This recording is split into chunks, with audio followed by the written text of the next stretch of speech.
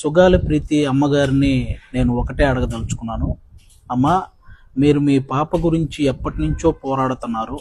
కనీసం ఏ గవర్నమెంట్ అయినా దాని గురించి ఎప్పుడైనా స్పందించిందా అమ్మ? ఎప్పుడైతే పవన్ కళ్యాణ్ గారు మీ ఇష్యూని రైజ్ చేశారో అప్పుడే సుగాలి ప్రీతికి ఇంత అన్యాయం జరిగిందని అందరికీ తెలిసిందే. ఎప్పుడైతే పవన్ కళ్యాణ్ గారు ఆ ఇష్యూని రైజ్ చేశారో అప్పుడే ఆ గవర్నమెంట్ స్పందించి మీ ఆయనకు ఒక ఉద్యోగం, మీకు కొంత భూమి ఇవ్వటం జరిగింది. ఆ గవర్నమెంట్ పవన్ కళ్యాణ్ గారు రాకముందే మీకు అవన్నీ చేసుంటే ఆ గవర్నమెంట్కి మీ మీద ప్రేమ ఉన్నట్టు అమ్మ. ఎప్పుడైతే పవన్ కళ్యాణ్ గారు రైజ్ చేయడం వల్ల అవన్నీ మీకు చేశారో అంటే పవన్ కళ్యాణ్ గారు అంటే భయం ఉన్నట్టమ్మా. ఇంత చిన్న లాజిక్ మీరు ఎలా మిస్ అయ్యారు అనేది నాకు అర్థం కాలేదు. అంటే పవన్ కళ్యాణ్ గారి ప్రోద్బలంతోనే అది సిబిఐ ఎంక్వైరీ దాకా వెళ్ళింది. ఛార్జ్ షీట్లో పేర్లు మార్చేసి సిబిఐ వాళ్ళకు కూడా అంతు చిక్కనటువంటి అలాంటి కేసు గురించి ఇంకా పవన్ కళ్యాణ్ గారు ఇంకెంతకాలం పోరాడతారమ్మా? మీరైనా ఆలోచించాలి.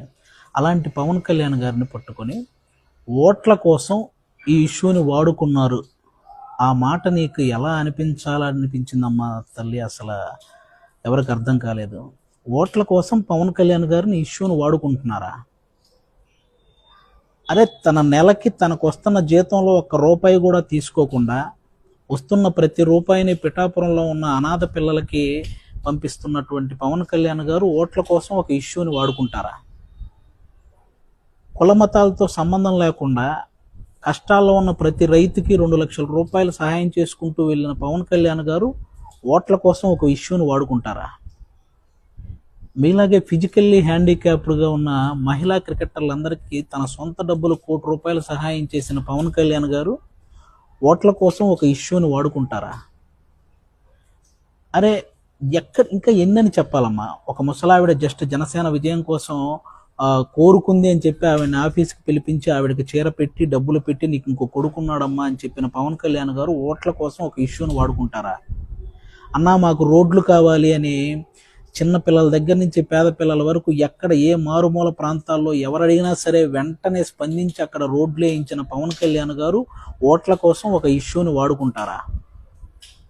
తిరగడానికి ఫ్యాను, వెలగడానికి బల్బు ఉండదని తెలియని మన్యం ప్రాంతంలో ఒక బల్బు, అలాగే వాళ్ళ జీవితాల్లో వెలుగునించి వాళ్ళకి నడవడానికి చెప్పులు, తిరగడానికి రోడ్లు వేయించిన పవన్ కళ్యాణ్ గారు ఒక ఇష్యూని ఓట్ల కోసం వాడుకుంటారా?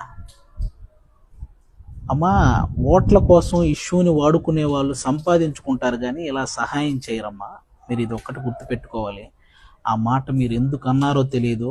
పాలు పోసిన వ్యక్తినే కాటేసే మనస్తత్వం మీకు ఎలా వచ్చిందనేది నాకు ఇప్పటికీ అర్థం కావట్లేదు. ఒక్కసారి దయించి మీరు పవన్ కళ్యాణ్ గారు కాకుండా ఈ ఇష్యూని మీరు కోరుకున్న విధంగా ఎవరైనా నిజంగా న్యాయం చేయగలిగితే నా జీవితంలో జనసేన గురించి మాట్లాడనమ్మా. మీరు పక్కన వాళ్ళ మాటలు విని పవన్ కళ్యాణ్ గారిని విమర్శించడం ఆపేస్తే బెటర్ అని నా ఫీలింగ్ అమ్మా. అలాగే నెక్స్ట్ ప్రొఫెసర్ నాగేశ్వరరావు గారు, ఏమండి, అమిత్ షా గారితో పవన్ కళ్యాణ్ గారు ఇలా అన్నారు అని మీరు తప్పు మాట్లాడినప్పుడు ఈయన డబ్బులు తీసుకునే ఇలా అన్నాడు అని జన సైనికులు అనడంలో తప్పే ఉందండి? అయినా ఇది రేడియో కాలం కాదండి. మీరు ఏదైనా చెప్తే అది వినుకుంటూ మేమేం మాట్లాడకుండా కొట్టుకుంటూ వెళ్ళడానికి సోషల్ మీడియా కాలం. కంపల్సరీ మీరు విశ్లేషిస్తే దాని మీద విశ్లేషించడానికి అందరూ రెడీగా ఉంటారండి. కాబట్టి ఈ విశ్లేషణ అనేది మీరు కూడా అది తప్పు అవడం వల్లే కదా మీరు మీ మాటలను విత్డ్రా చేసుకున్నారు. మరి తప్పు చేసిన తర్వాత కూడా మళ్ళీ ఇంకా డిబేట్లు, డిస్కషన్లు ఏంటండి? పవన్ కళ్యాణ్ గారి విషయంలో మీరు మాట్లాడింది తప్పు, మ్యాటర్ ఓవర్. మీరు తప్పు చేసినా కూడా ఆయన అంటే నాకు ఇంకా గౌరవం ఉంది అని అన్న పవన్ కళ్యాణ్ గారు గొప్ప వాళ్ళ, తప్పు చేసి కూడా ఇంకా పవన్ కళ్యాణ్ గారి మీద అందరినీ కూర్చోబెట్టి తిట్టిస్తున్న మీరు గొప్ప వాళ్ళ? ఒకసారి ఆలోచించండి. ఎందుకంటే ఆ వ్యక్తిని విమర్శించినప్పుడు లేకపోతే ఆ వ్యక్తి గురించి తప్పుగా మాట్లాడినప్పుడు ఆయన అభిమానించిన వాళ్ళు ఆటోమేటిక్గా రియాక్ట్ అవుతారు. అందరినీ ఆపలేం కదా, అందరూ ఆయనలాగా ఉండరు కదా.